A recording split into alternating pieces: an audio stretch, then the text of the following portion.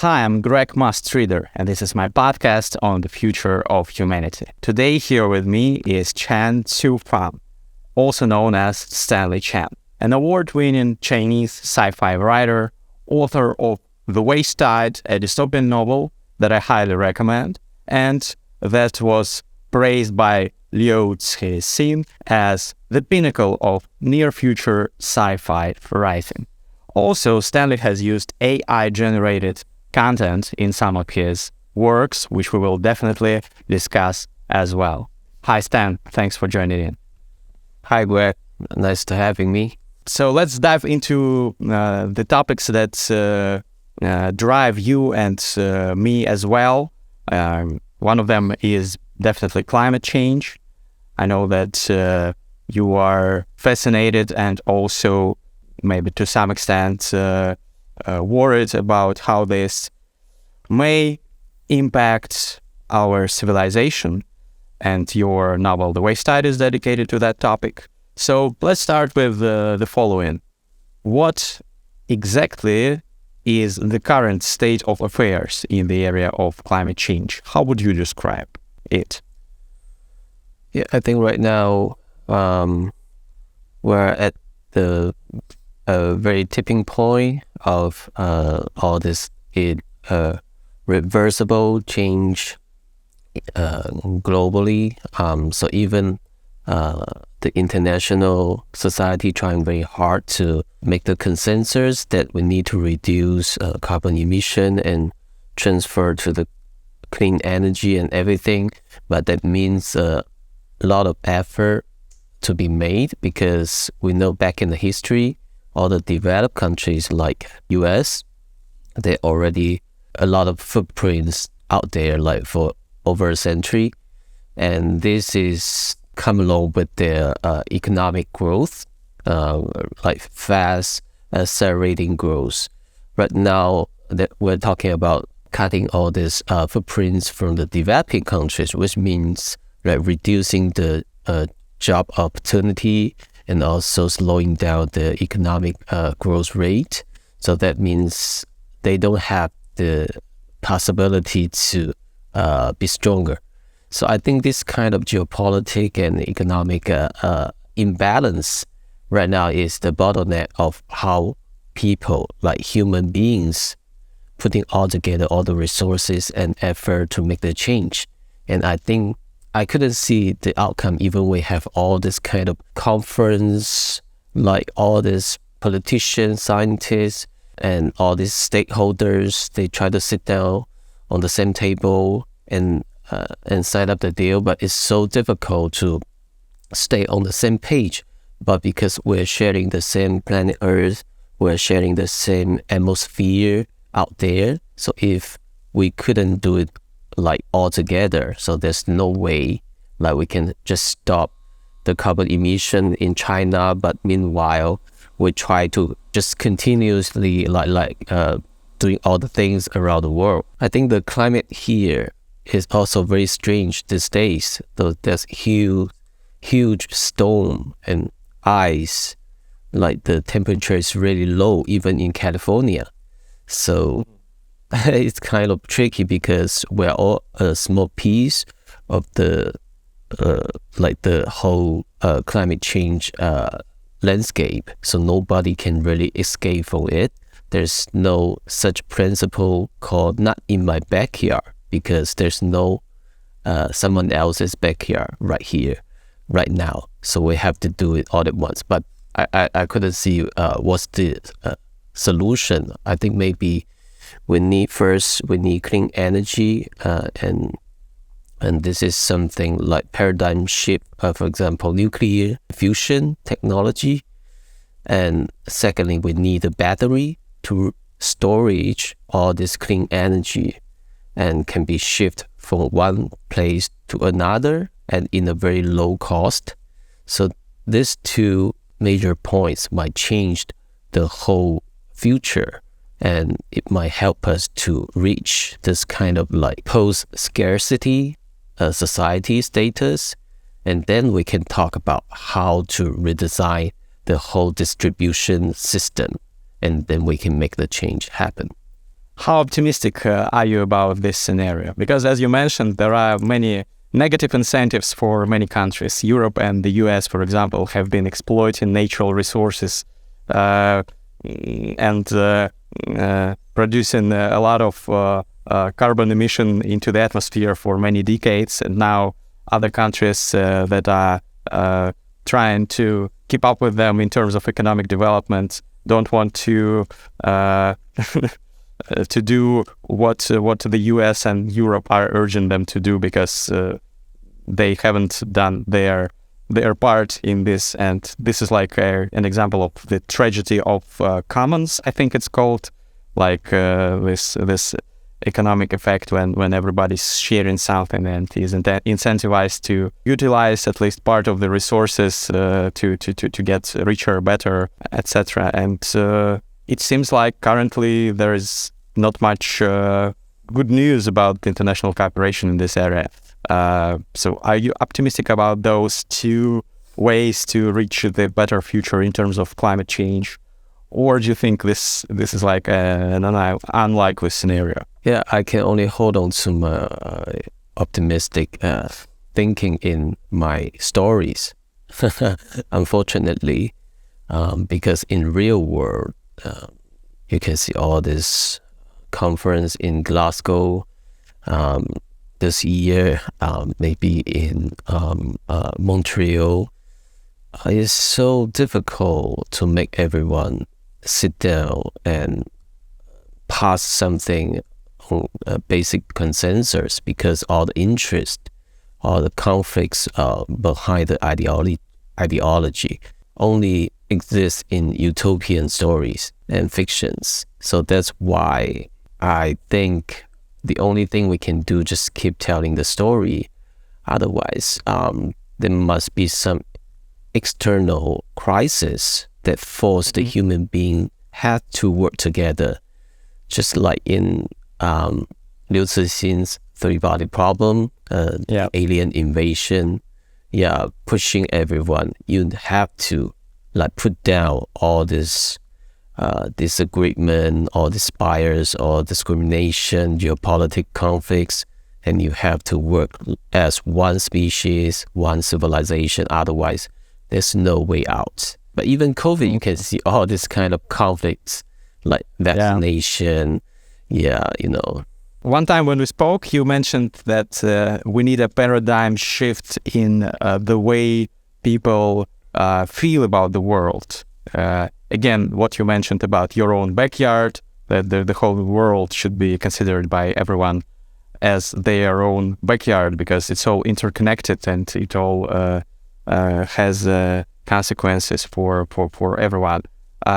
So now you say that probably an external crisis could help. Which kind of external crisis could lead to such a great paradigm shift? Because I'm just trying to think about it on the go. Well, imagine like the global warming gets worse and some parts of the world start being flooded, and there are obviously huge casualties and deaths and economic loss, and people who lose their homes, their houses.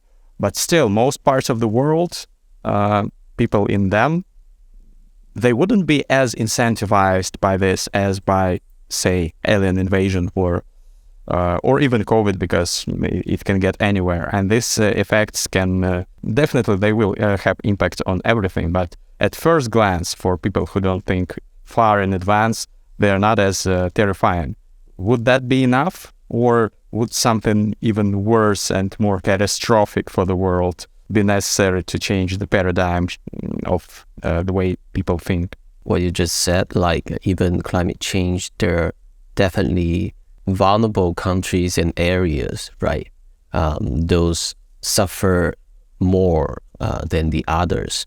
Like maybe the coast cities, they might be flood over when the sea level rise up, and maybe those who in the tropic area, because the climate change, the temperature becomes so high that nobody can really live in, and the crops couldn't grow there, so they have to move to somewhere else. So, but this is definitely, there's a lot of inequality in the situation.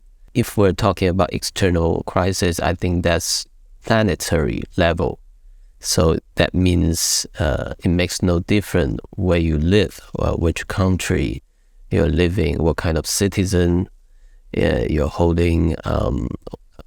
I think, but that's totally something like in a lot of sci-fi movies, and that's totally disastrous. I don't think that kind of situation will be real, and if that is the case, I don't think human beings are ready to confront all of those challenges, because it might happen like just in a click. So I think climate change is much more like a slow violence. So because it's happening day after day, like during the decades, even centuries. So people, like human beings, we couldn't build up this kind of emergency, urgentness. We couldn't build up this kind of sense of the atmospheres, of the environment, of the temperature. So I think we need some technology or to help us to bring to build up this kind of higher level of empathy towards other people and towards other species, and also towards the whole environment, like nature. So I'm not sure how this is gonna be actualized in the near future, but I try to put it in my book, because I think ultimately we need to think as one species. That means we have to step in someone else's shoe, despite all this kind of differences culturally, on language, on religion, belief, geopolitical standing points, everything. But how? So this is something my brain computer interface, or like something like Neuralink. Maybe in the future they might make it happen, but it's also scary because nobody can predict what is the outcome. It's definitely scary and definitely inspiring for some people. I think it's both, actually, and it can be both utopian and dystopian. So you believe that one of the ways to change humans, to make them more empathetic towards each other, is the technological way. There is a way, probably, maybe, to biohack yourself to be more empathic. Would that be a correct way to say? I think, of course, we can rely on like education, like we can rely on literature and art, or of all kinds of arts, and of course we can rely on some movement like activities and international communication for sure. But as we can all witness, it's all failed from different level. Yeah, I'm just providing an imaginary, speculative solution on the problem, because I think human beings are too stubborn. We are stick to some idea, like we are having this kind of bias in our brain, in our consciousness since we were born, and longer than that, we build up this kind of bias within our genes for maybe hundreds of thousands of years, and it's within our language as well. So as you can see, ChatGPT, we might talk about it a little bit further later, but it learned all of these things from our language. So you can definitely see it. It's just like looking into a mirror. You see all your flawedness, all your bias, all your, disappointment from an AI. So I think this is something we couldn't correct it, like just simple as that. So I'm thinking about maybe we need some help. Yeah, maybe we do, definitely. Let's come back to the topic of AI, neural networks, GPT, and other projects in a little bit, because I'm definitely very excited about this topic, and I know that you have used neural networks for writing parts of your work, so you definitely have something to say about that. But I want to ask you something else about Neuralink and about this visions of future of humans augmented, somehow changed to be more capable of doing some things that people are not capable currently. Obviously a popular topic for sci-fi writers like yourself as well. So you mentioned Neuralink. Are you excited about that particular project? Do you think that Elon could lead us all to this transhumanist future? I have a very mixed feeling on this, I have to admit, because I'm not sure if Elon is the right person to do the thing. That's the major concern personally. So I think the technology itself is very thought-provoking for sure. And I think it will happen like either ways. So just a matter of time. But the problem is, are we ready for this yet?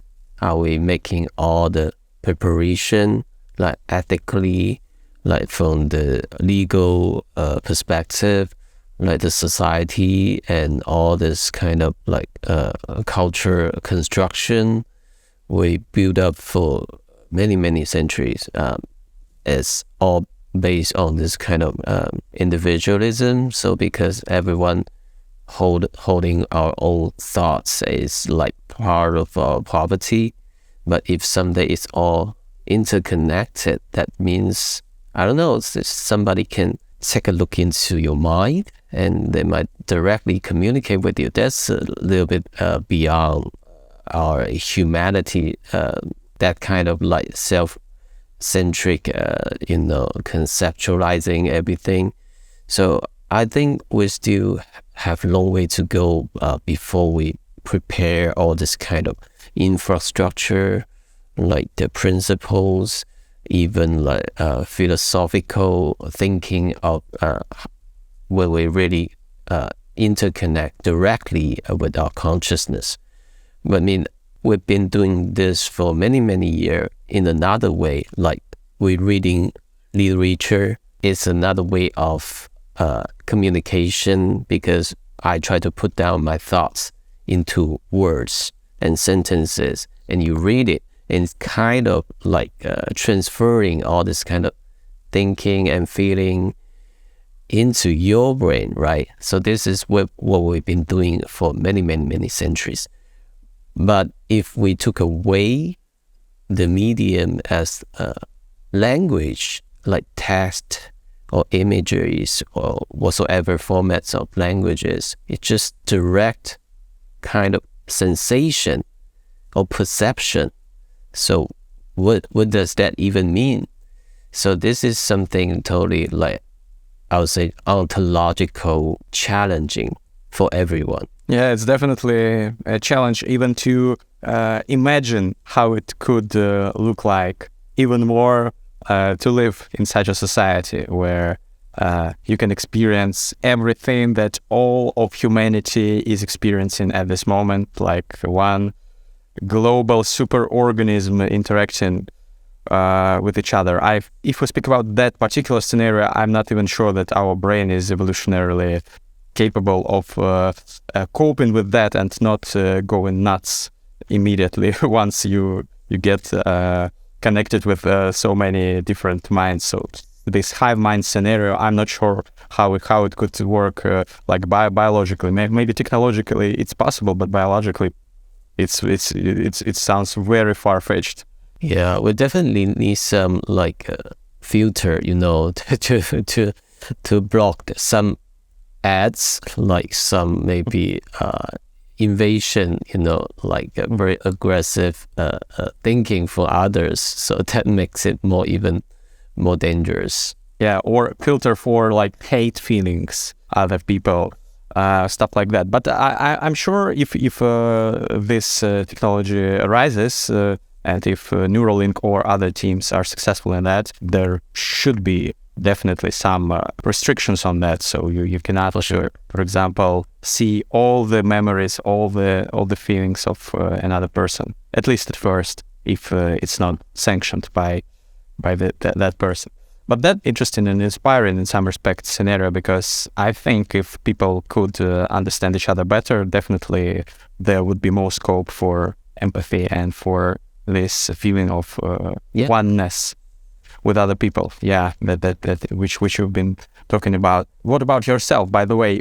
Would you be willing to become one of the first volunteers to try brain-machine interfaces in your own life? Yeah, why not? The science fiction writer always living in our own imaginations.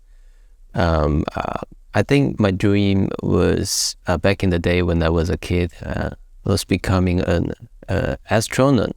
So going to the space and seeing the planet Earth back from the space. So I think that's always my dream. So try to be someone, live beyond the reality, the status quo. So I think, yeah, definitely, maybe my brain will got burned out. So I don't know what would happen. Or maybe you can just be connected into this collective consciousness and just melt into the oneness and become part of the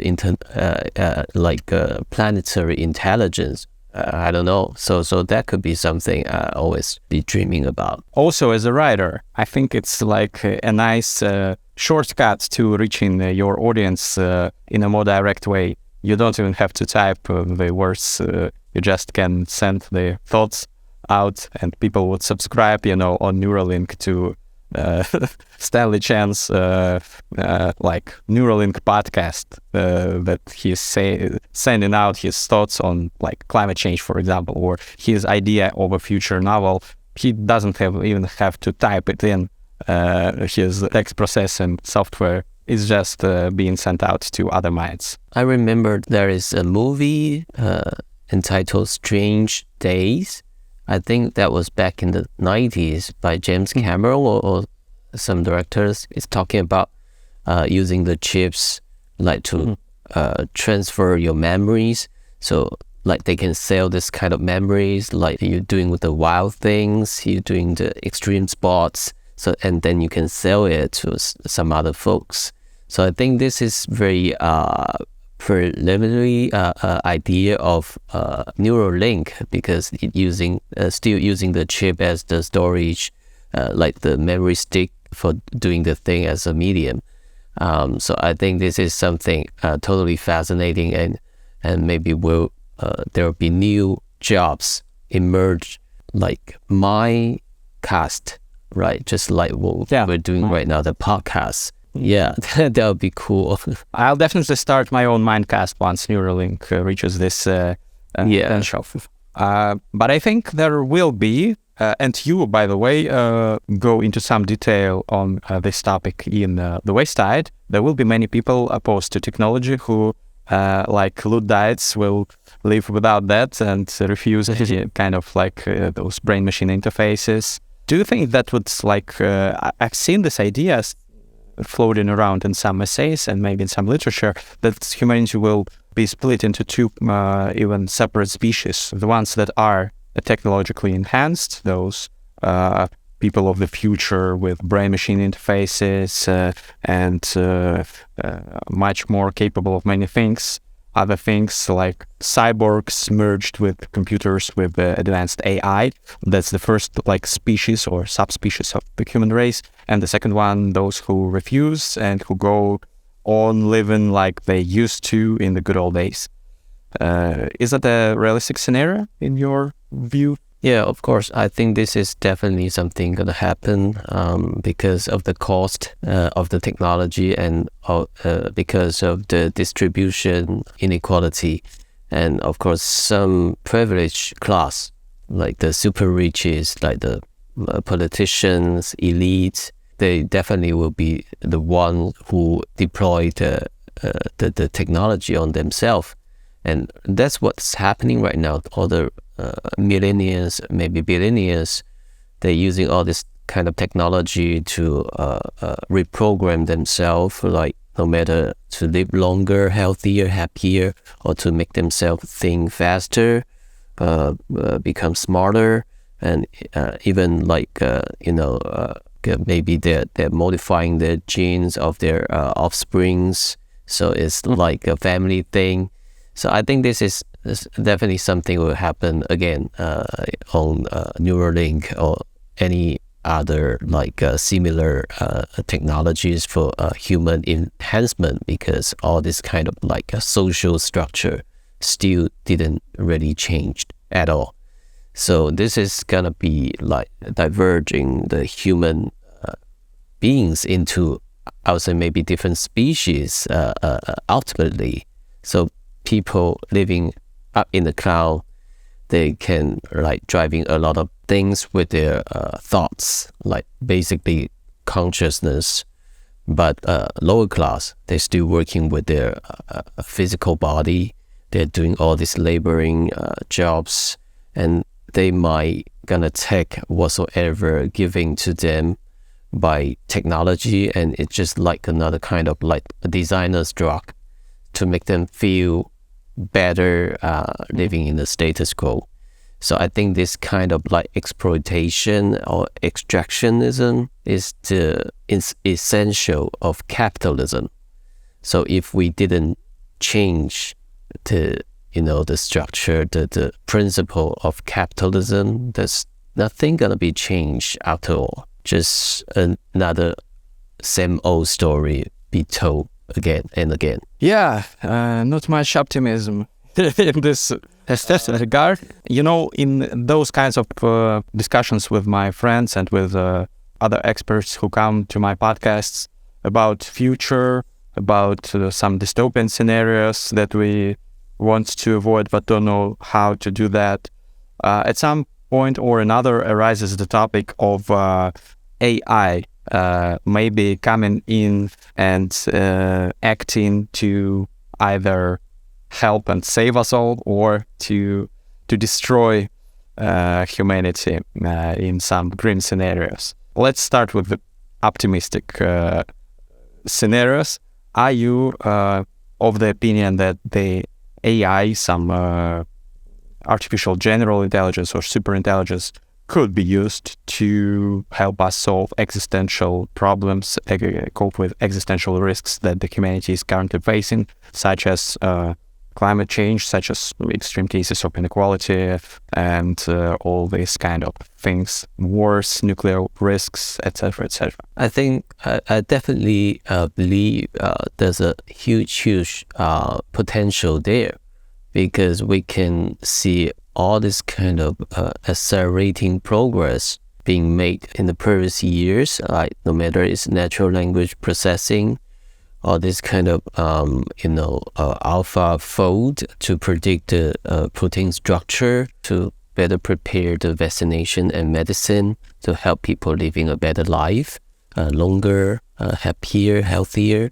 And right now, I think the scientists using AI to design a better structure for nuclear power plants, which means better cost effective. Maybe even in the future, it can solve the problem of nuclear fusion.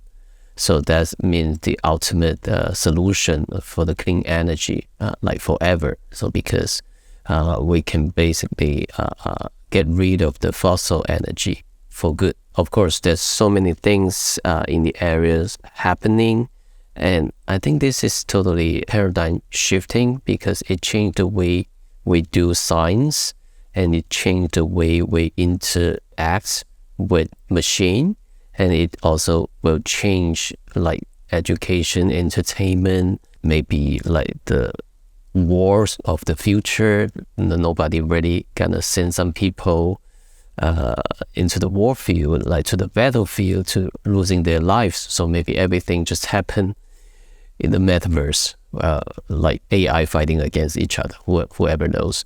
So I think this is something I can see is happening, and it's accelerating. The problem is whether there's a tipping point at AI emergence, some kind of with so-called consciousness or self-awareness. So this is a very old topic. It's been discussed a lot in science fiction and movies, but now because ChatGPT, like people see this kind of possibility when we fed it with more data, we 175 billions of parameters in the big model, and something we couldn't predict it emerged. So this is something I would say fascinating, and nobody knows what's gonna happen next, because the development is non-linear right now, and our human brain is very good at like doing the linear speculation and calculation, but not for exponential development growth, for example. So I think this is something beyond our human comprehension, and it will happen maybe just, I don't know, maybe just the next seconds or forever to get it over the singularity, as Ray Kurzweil put it. It will be 2045, I think, but I think maybe it will be even sooner than that. I definitely believe we need the help of AI on all levels, but the problem is how we identify our relationship between human and machine. Is that like competitors? Like somebody will ask, what if like they try to conquering us? They try to erase the whole species from the surface of the planet. But I'll say this is very human-centric way of thinking. Is like fear or flavor. So we always think it in a very binary or dualism way. It's just like our self-projection on something like totally different, distinguished from ourselves. So I think AI just couldn't bother it as we do, because maybe they're thinking about something bigger. They can see something bigger. So that's like what James Lovelock put in his book. James Lovelock, by the way, is a British scientist. He invented the concept Gaia hypothesis back in the day, and he wrote this book entitled Nova Scene when he was 99. So it was fascinating in talking about like human or carbon-based intelligence species, just like a transmission towards the next level of pure silicon-based civilization. So we're just the intermission of the long journey that we didn't fully recognize that yet. So I kind of like buy in that kind of speculation, because what Elon Musk just put it like a human being, just like a biological code, just try to introduce the next level of silicon-based intelligence came to emerge. So I think basically they share the same idea. So I think, yeah, we have to be open. We have to embrace all this uncertainty, and to conquer our own fear and anxiety, and try to live with it, and try to, proactively using AI to enhance ourselves, to improve our living qualities, and maybe working efficiency, like what I'm doing right now. Every day I'm using ChatGPT. It's kind of very interesting. For example, I'm giving a talk, like having it, okay, give me some like clues, like some structurized outlines. I can look at it, okay, this is good, oh, this is silly, and please unfold certain points and give me some example. It's very fast, but sometimes you feel like it's kind of scary because it's taking away your agency of thinking, right? So you have to, like, it's like competing with each other. There's another brain, there's another kind of species, of like not species yet, but it's another kind of intelligence entity out there, and you have to somehow connect to it and engage with it. It help you to like uplift yourself as well. So you have to compete, meanwhile collaborate. So this kind of like relationship is help yourself, like not only me individually, but also the whole human society to evolve to the next level. I've also been playing around with ChatGPT for some time. I'm interested in why you do that for your speeches, because you're a writer. You have lots of interesting ideas. You are great at putting them into writing. Why do you need ChatGPT, and how exactly do you use it in terms of writing your speeches? What do you give to it as prompts? So please tell more about it. For example, sometimes I just try to demonstrate to my audience like how capable of this large language model can do, so they can see like a output of this kind of very sophisticated, very well thought-provoking structure within a second, and actually is way better than I would say average undergrad students. Mostly. So I think this is like a little bit trick to amaze your audience. Like many of them might not even think about it. Like they might heard about ChatGPT, but they never use it like personally. So I just try to demonstrate, but also I want to show them the limitation of the AI, like what they're capable of and what is not, and which part like human definitely can do a better job, because we have access to our own memories, our human experience. We can linkage to all this kind of very subtle and sophisticated metaphors. This is something beyond the capability of ChatGPT for now. I mean, like, so people can see, oh, this is the strength and the weakness, and what we're supposed to do is to build up like our strength, like not to compete those which areas like AI definitely do better than we do, like searching all the materials and information, doing the calculation, like handling all this kind of data sets.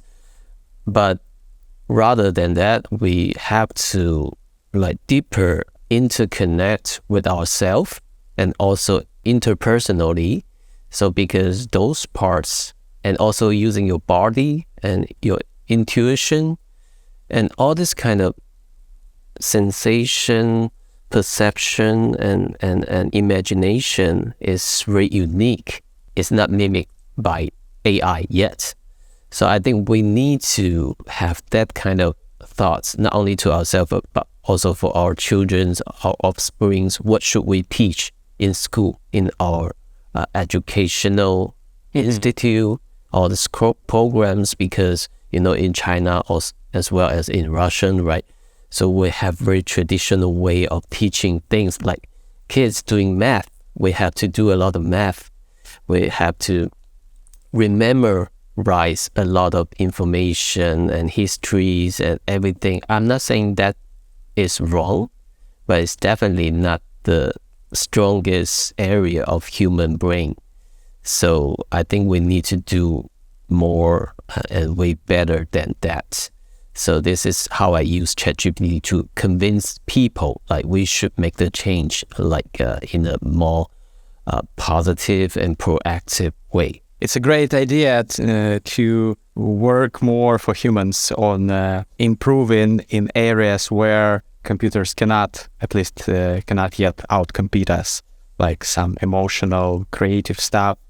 But even that, you might have heard about, I think it's called Diplomacy AI, the one that was introduced by Meta and that beats human players in like a psychological strategic game, diplomacy, which at first glance it would appear that it would require knowledge of the human psyche and soft skills that computers or neural networks lack. But even here, this AI outcompetes most humans, which is a bit scary. But I wanted to come back to the thing you said, that currently you use ChatGPT for mostly demonstrating people how the AI can produce some content and what we could learn from it and what are its limitations. And you've also used a neural network in one of your books for story collections. It was less advanced than ChatGPT, I guess. Which one was it? Was it a Chinese? Yes, I'm very early on doing this kind of things. It was back in 2017, and that was the year when Google launched Transformer. Basically, that's the game changer, like OpenAI build up like GPT on the infrastructure of Transformer as a model. So I think that was the year I started to build up my own model. Of course, very preliminary ones. And I use CNN convolutionary neural network and LSTM long short-term memory. So this is two back in the day is very mainstream models, and I because I used to work for Google for 5 years, so I have a lot of like engineers friends, and they can help me to deploy the thing. And with GitHub, it's open source on all the codes there. So we fed the model with like all the works I've written. And to fine tuning into something, I can input the keywords and trigger it automatically generated some sentence and paragraphs. But as you said, it's less advanced than what we're having right now. So it can generate something very avant-garde, stylish, but it's totally a nonsense. It's not logical. It's inconsistent. But sometimes it feels very poetic, and it feels beautiful, and it feels like me but not me. So I just put it in my stories and wrap it up in a structure like put it in the mouth of an AI or a robot as a narrator. So like help readers to make the sense of the whole thing. So it's not AI helping me to finish a story, but the other way around. I was enslaved by the AI to finish a story by it. But afterwards, it even won me a prize. Like the jury was an AI, but it's a totally different kind of AI using different language, different algorithm, and different kind of like measurement, like based on its understanding of what is good literature. And they did this kind of competition, I think back in 2019, and it giving scores to each stories. Like there are like hundreds of thousands of stories published officially on the Chinese literature magazines, and each one got a score. And finally, they found it like my piece. The title was Trends of State. It was published in Chinese, but later on be translated into English. It was collected in one collection anthology called The Book of Shanghai, published by a UK publisher, Common Press. So I use AI to co-write the story, and somehow another AI as the jury recognize it and think it is the best story among like I think there was 700 or 800 something. And guess what? The second place of the chart was the Nobel Prize winner, Mr. Mo Yan. So his story was listed as the second prize. So I just outbid the Nobel Prize winner in my lifetime. So I can repeat this story like as many times as I love, because maybe this is once in your lifetime experience ever. So this is something totally beyond my expectation. Is even stranger than fiction, because nobody can really predict this kind of things really happening. But since then, I think, okay, this is something for real. So maybe I should invite more people to join the game.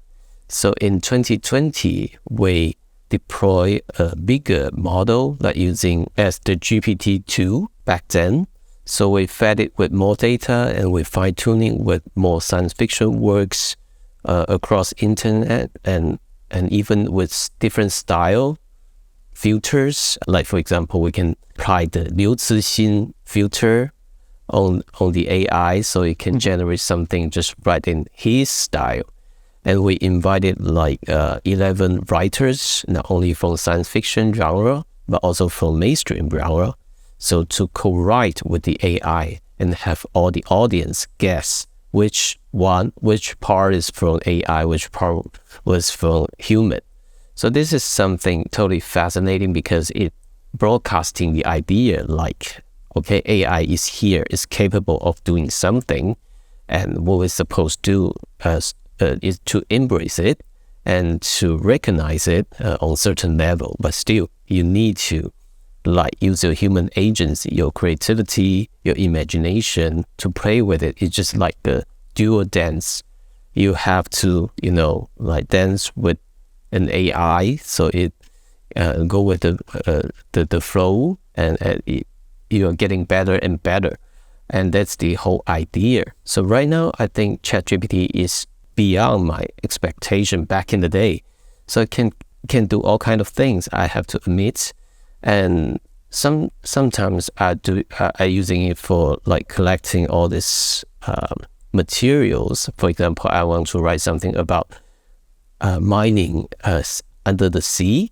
So I might ask him some very scientific specific question on that, and it can like give me some question. Maybe it's not 100% accurate. Sometimes it makes very stupid mistakes for sure. For example, it put my name as the author of the three-body problem. Yeah, so that's very stupid and basic mistakes for sure. But I mean, what I try to do is like using it for fictional writing. So sometimes accuracy is not that important. I'm not writing the paper. I'm not writing the journalism reports. So accuracy maybe is the last thing I want to consider, but maybe just engagement of the information. So I think this is really helpful, and I'm trying across different products like pseudo-write. That's another AI writing tool, which was fine-tuning into genre fiction writing. It's very practical. It can generate a lot of names on characters and maybe some twist on the plots, and even it can help you to brainstorming. So this is something I think is very useful to me. And of course, like Midjourney and Stable Diffusion, I can use it to generate all the imageries and illustrations. Like you don't even need to hire one human artist to help you to actualize it, but you can do it all by yourself. So basically, this is what I'm doing right now. So on daily basis. Yeah, this is really great. I've started also using those tools like Midjourney, Stable Diffusion for producing content in my blogs, illustration for example.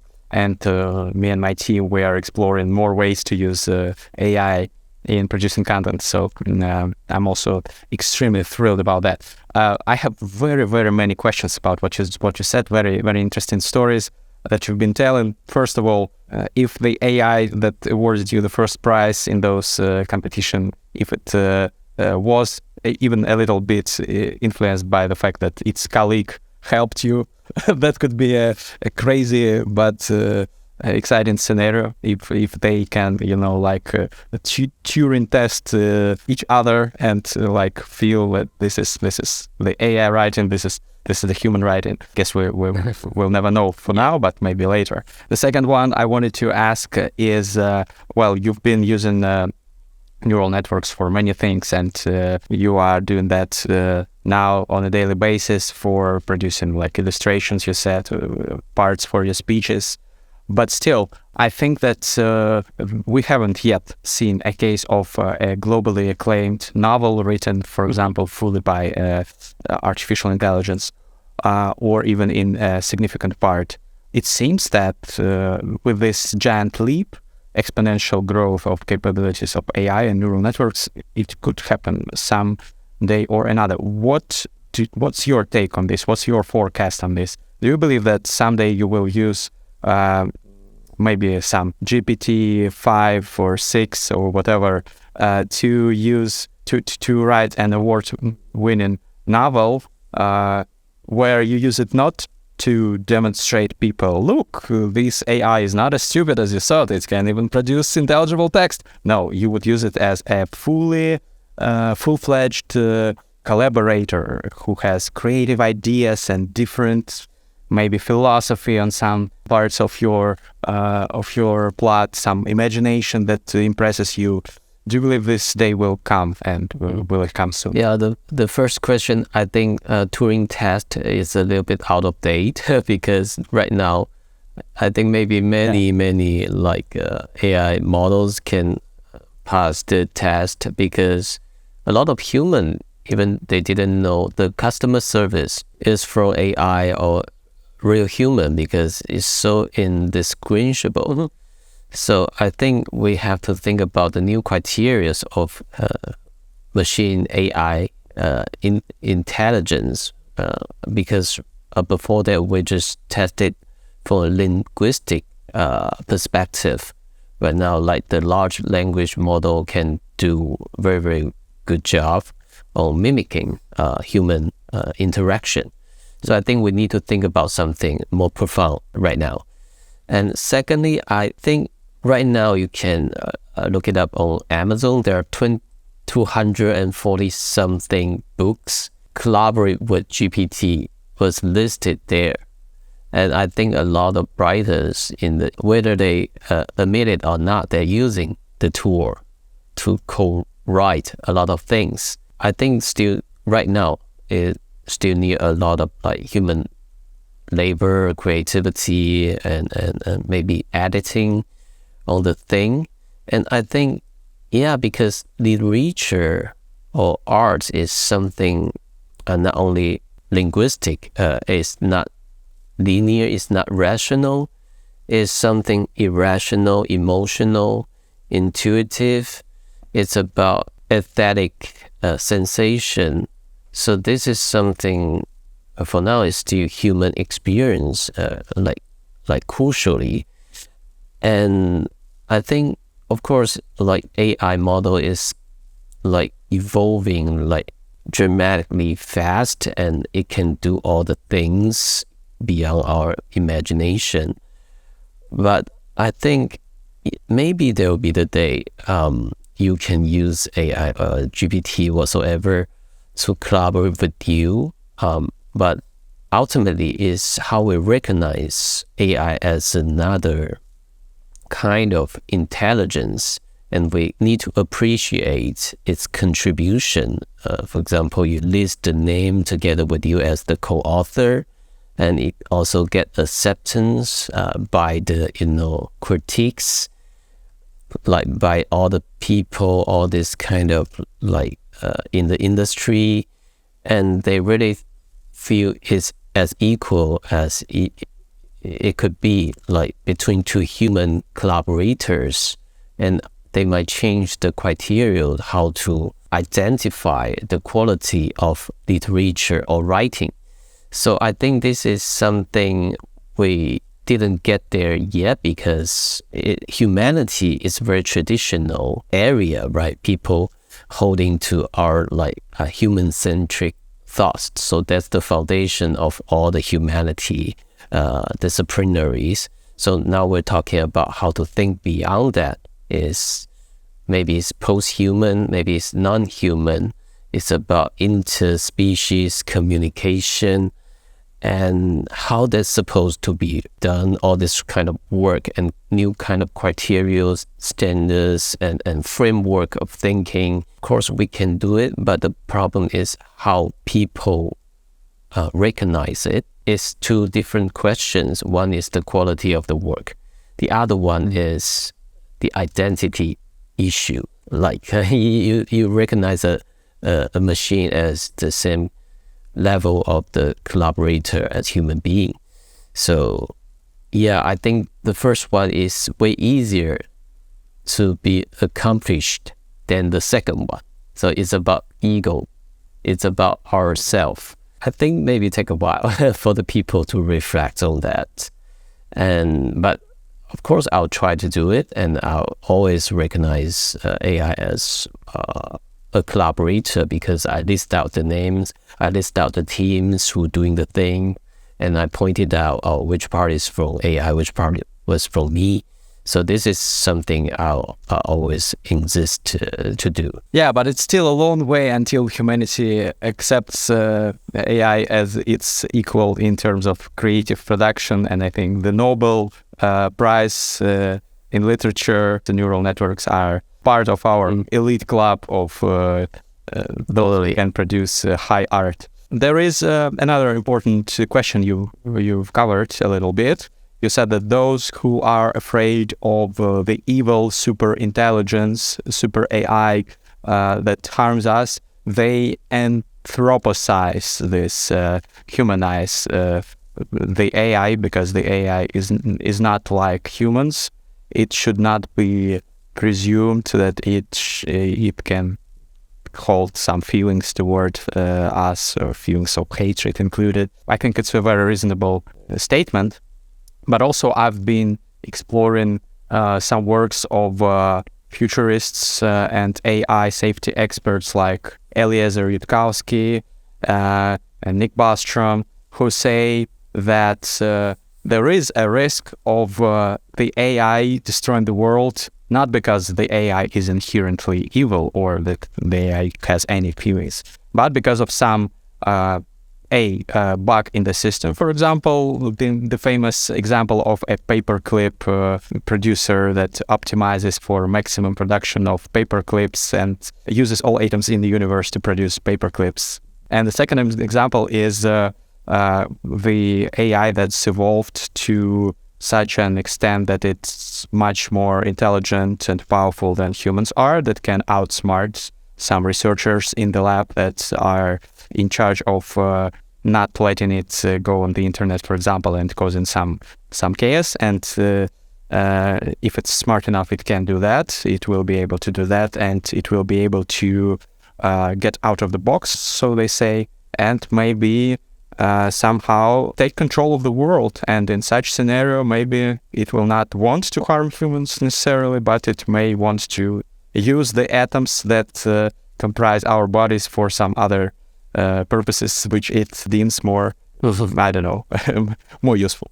So what do you think about such scenarios, about such risks? Do you think it's too far-fetched, or do you think that this is all a realistic risk? I think from the humanity perspective, of course, it's all realistic, and it's very important, because we build up all this ethical framework of thinking based on like thousands of years of human history.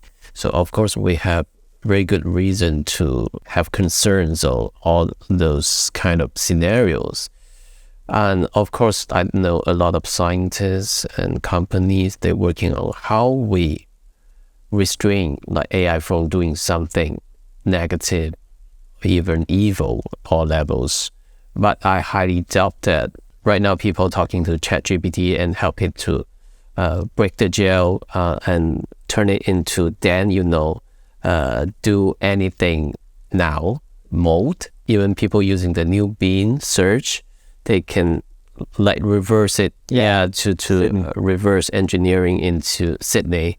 So this is something totally amazing, but also scary, because you can think if people can do it that easily, that means all this kind of restriction, that means nothing if you get the right tool, get the right skill, or basically just by talking to the AI.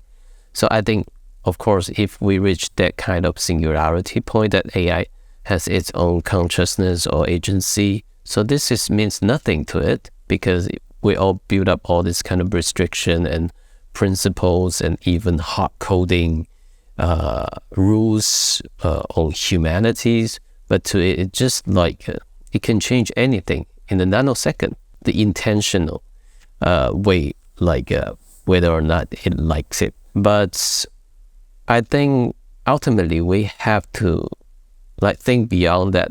What is the best interest for human civilization as a species? If there's no planet Earth we're living on, if the environment is ultimately be ruined and be doomed, so there's no human, there's no other species, there's no AI, because right now we still need a server, we need all this kind of infrastructure, we need the electricity to maintain the AI, the machine. So I think ultimately the goal is to save, to preserve our planet, our Mother Earth.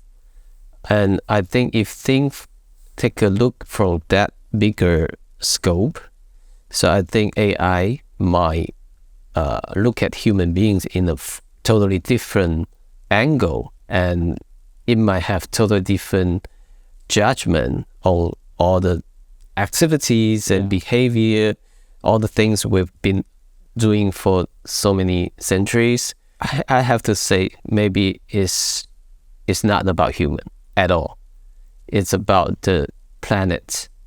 So this is something I was thinking about, like, because in China we have very ancient philosophical school of Taoism, like Lao Tzu.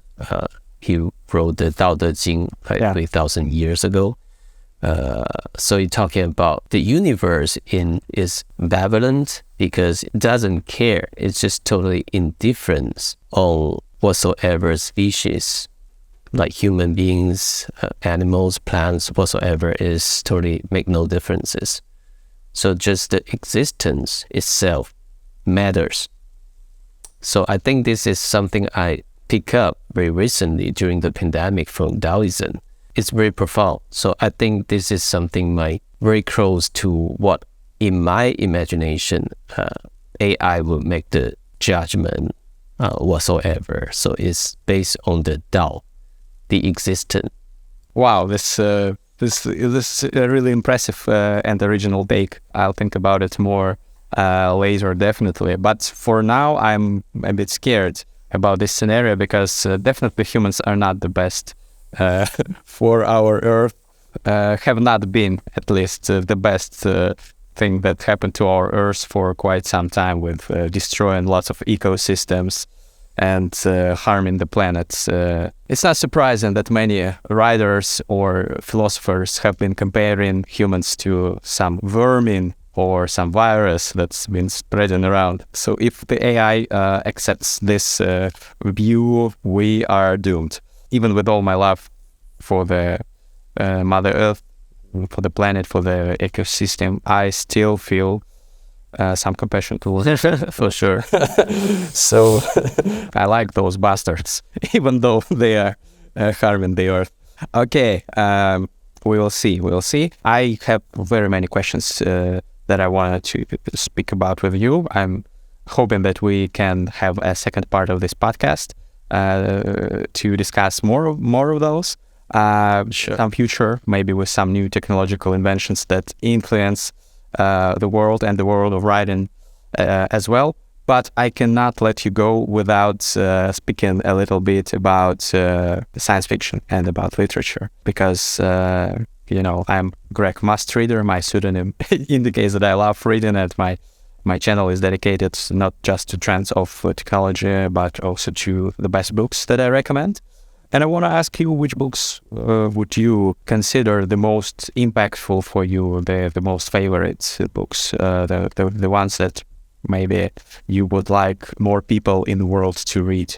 They can be science fiction books, they can be books from other genres. What would be your top? Yeah, I'll pick one from the science fiction genre and one from out of it. I'll pick the one in science fiction genre will be the Left Hand of the Darkness by Ursula Le Guin. So she was the anthropologist, and she's very famous for the Earth Sea series, and it was adapted into a Japanese animation. And what she described is a non-binary civilization, that human is like sexually like male, female, right? We are living in a binary, maybe now it's more diverse on that spectrum, but on the planet, like in the deep space, there's one homogenic species. Their sexuality is transferable, is liquidity. So their social structure and economic system and everything, like culturally and even religionally, is totally amazing and is non-binary. So I think this is something advocate how thought-provoking science fiction can do, like it on changing the what we say, like stereotype, cliches, like all this kind of bias and mindsets of the people. So this is the book I highly recommend. And the second book I would recommend is what I just previously mentioned, 道德经 from Lao Tzu. It's a very profound and metaphorical, philosophical book. It's a very smaller book. It's only, I think, 5,000 characters in there, but it's so deep, so many layers. It will take you to think and take you to a totally different level of understanding what is existent, what is living, and what is civilization. So this is the book I also want to recommend. When I was at university, I've read some excerpts from Tao Te Ching, but now that I'm planning to move to China for some time to study the Chinese language and culture, I'll definitely need to read it. Maybe not in Chinese because it would be too complicated, but in translation. Thank you so much, Stanley, for your recommendations and for your insights. And I'm sure that many of my followers will be closely following you now and waiting for your next award-winning cutting-edge literary work. If you can share some of the behind the scenes, what are you currently working on as a book? My latest publication was the book AI 2041, 10 Visions for Our Future. I believe there is a Russian version as well, published last year. And now I'm working on the sequel to Waste Tide. So it's another novel. So it's talking about planetary intelligence and all the things we've just been talking about. It's about human AI and nature. I'm working very hard, also struggling every day because, like AI couldn't really help you to structure the whole novel, and everything is like a one-man's band. You have to fighting against yourself. You try to make some progress, and I'm on the way of finish it. So hopefully I can finish the book this year. Okay, I wish you good luck with that, and definitely looking forward because I loved the first part of Waste Tide. Thank you so much. This has been an episode with Stanley Chan. Subscribe, hit the like button, and do drop a comment if you want a second part of this podcast. I'm Greg Mastreader. See you. Thank you.